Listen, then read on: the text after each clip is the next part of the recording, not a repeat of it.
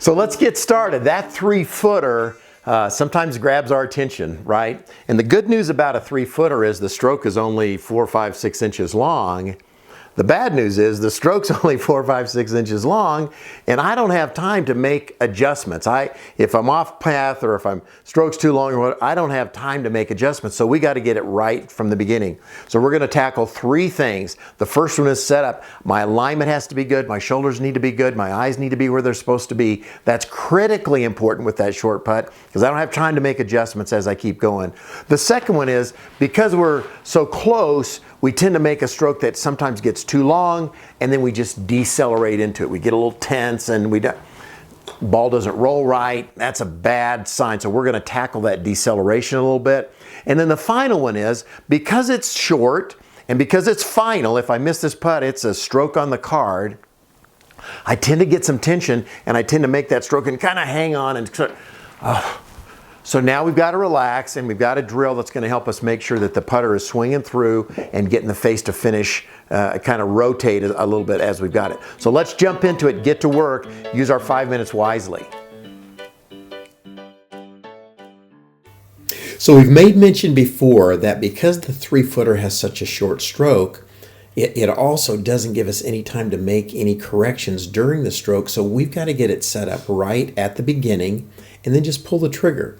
And the key to that is to get upset with proper setup, proper alignment, ball position. So take a look at this. Throw down the mirror, get it aimed at my target line, get your eyes where they should be, get that putter face square to the red line, get over the top of the ball so you're ready to just make a short, crisp stroke. It's only going to move a few inches back and through. I love to attach the shoulder mirror because it gives me that one more huge added dimension that the putter face and the path of the putter typically follow the path of the shoulders. So use that mirror to let you know, are my shoulders square? Are my shoulders moving in the proper pattern? If so, the putter it probably is as well.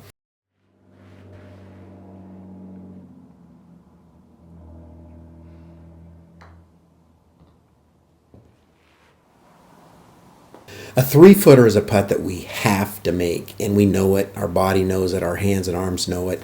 Sometimes we get a little tense. We make a stroke that's way too long back, and then we kind of decelerate coming through. We don't hit it solid. We don't roll it end over end. That's what happens a lot of times. So if the 3-footer is your problem, we got to fix that. And the way I do it is with the ball of steel. It's very heavy. If I mishit it, it won't go anywhere. So put the ball of steel in play, roll it a foot or 18 inches until you're hitting it solid, and then alternate, put a regular ball in, hit a ball of steel, regular ball of steel. You're going to find that the stroke is accelerating, it's rolling end over end, and you're going to make those 3-footers. The ball's going in the back of the hole right in the center because you're hitting it with an accelerating stroke. Don't be afraid of those 3-footers. Take the tension out. Groom your stroke by hitting the ball of steel so that the putter is short, crisp, and accelerating through. They're going to dive in the hole.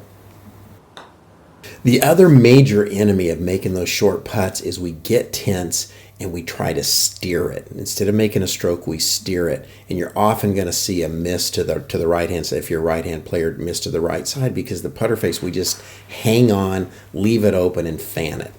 So if you use the slot trainer in the center of that, we have a couple of places that we put up pegs that we call the release gate. It lets us set it up so that the putter face swings through and the toe is in front of the heel a little bit just post-impact.